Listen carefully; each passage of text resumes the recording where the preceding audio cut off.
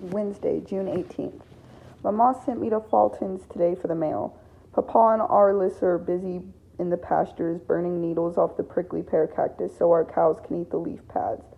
I combed my hair with care and tied it with blue ribbons to match my dress. Maybe Edward will be there, I thought.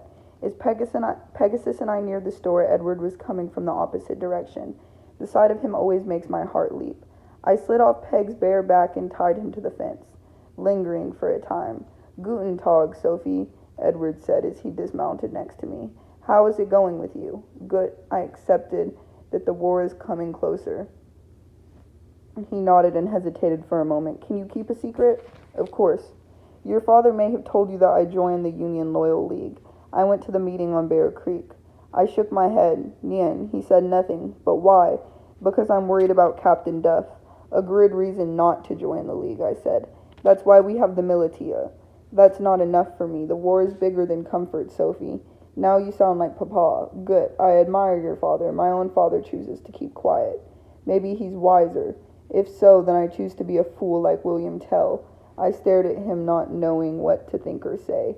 I wondered, what is wise and what is foolish? Is it foolish to stand up, to speak out? Oh, I don't know. I turned and ran to the store. Saturday, July 19th. A whole month has passed since I last wrote. I have seen Edward now and then at the store, but we have not talked about anything. Maybe I offended him, or maybe all he can think about is the war and does not want to discuss it. Things are going well for the Union forces in Virginia, according to the San Antonio Zeitung. They have been unable to take Richmond, the capital of the Confederacy, probably because General Robert E. Lee is in command of its defense.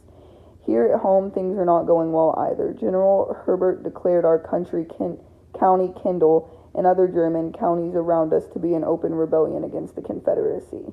He ordered Captain Duff to do whatever he sees fit to put down the rebellion. Everyone is worried.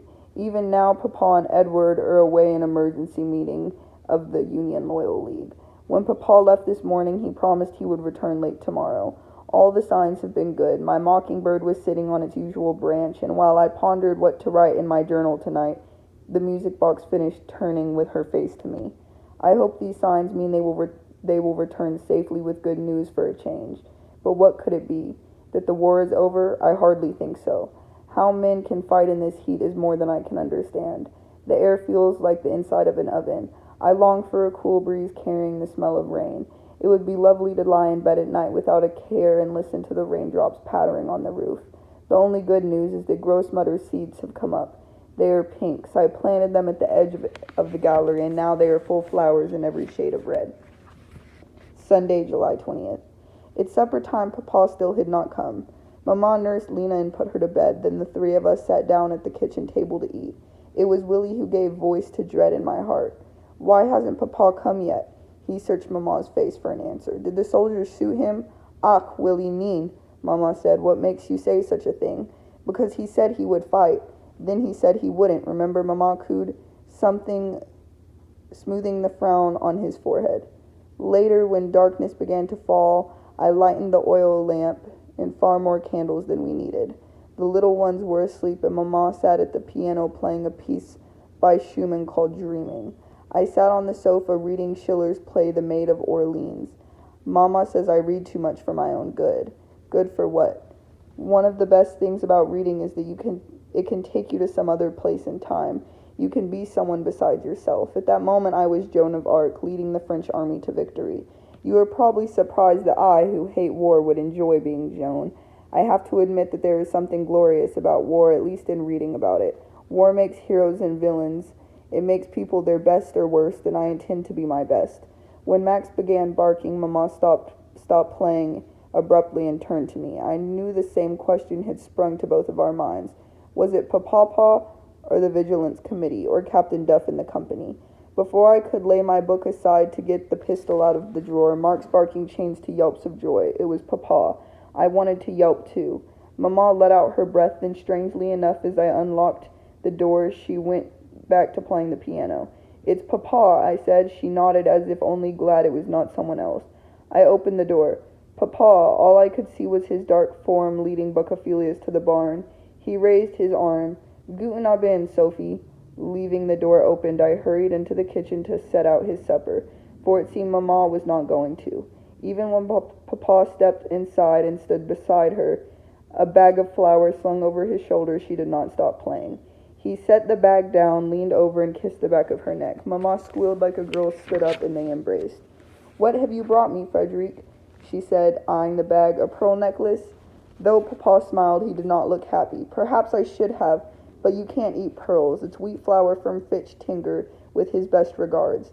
The three of us sat down at the table then, and Papa took a sip of wine. "I know you will both be happy to hear that the League has disbanded the 3 military companies." "Good," Frederic said. "I'm glad to hear it. You are getting some sense." As Papa began spreading butter on his cornbread, he asked about the little ones. It seemed to me that something else was on his mind, but he wanted to eat supper before telling us. It was right. That he had to say fell upon us like a distant chord. "I have been pondering something all the way home and have reached a decision." "You will go to the other side?" Mama asked. Papa hesitated. "Nee, Elizabeth, just hear me out." He took a deep breath. "Major Tiggener has advised all Unionists who are unwilling to serve in the Confederate Army to meet at Turtle Creek just beyond Casper Rill's place, August 1st. We stared at him, waiting, scarcely breathing. He leaned his elbow on the table and looked directly at Mama, and accompanied him to Mexico. Mama gasped. "Surely you are not going to do that." "I am, Elizabeth. Several of us from Comfort are riding there together. Rosina can come and live in the house while I am away. Arlise, of course, will take care of the farm, and it's the only choice that I have." Mama stood abruptly. "It is not. If only you had some more sense. But you don't. So just go. I don't care anymore." She hurried out of the kitchen and shut the door to their room. We were silent for a time, as questions tumbled upon one another inside my head. How long will he be gone? What if the Vigilance Committee returns? Is he going to enlist in the Union Army? Will he ever come back? Is Edward going? I could not bear to ask because I did not want to hear his answers. Then a question came to me that made me think twice about going. What if the Confederates find out? We have the right to leave already. But the 30 days were over 2 months ago, I said. No one is counting days. I bet Captain Duff is. Sophie, I have made my decision. Wednesday, July 30th. Tomorrow is the dreaded day. Rosina has come to stay with us. She will sleep in Willie's room. Her presence is a comfort because she is as strong as a man. I have held fast to the days, trying to keep them from passing, but they escaped my hands one by one. During all this time, Mama scarcely spoke to Papa. Willie and Lena sensed that something was wrong. Willie tended to cling to one or the other of us and would not play by himself. Lena fretted and cried more than usual. Our strange war is over, it seems, and neither side won. If only Papa would stay here and paint Mama's portrait, maybe they would fall in love again. I did my chores, milking, feeding the chickens, gathering the eggs, watering the flowers. Papa spent most of his time outside with Arlise, branding the cattle and sheep and cutting dry corn stalks for fodder.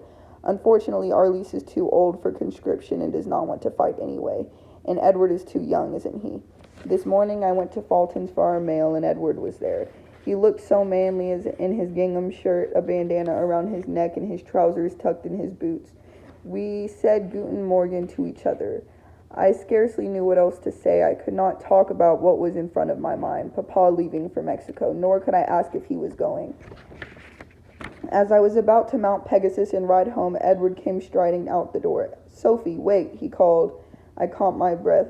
"Please, God, don't let him tell me he's going with Papa. I hope I didn't upset you the other day talking about the war." So that was it. I could breathe again. "Nien, you didn't upset me, but you made me realize that I don't know what to think. May I walk along with you for a way?" I nodded, and we started down Main Street. The pleasure of walking together spread through my veins, and flesh thoughts of war out my head.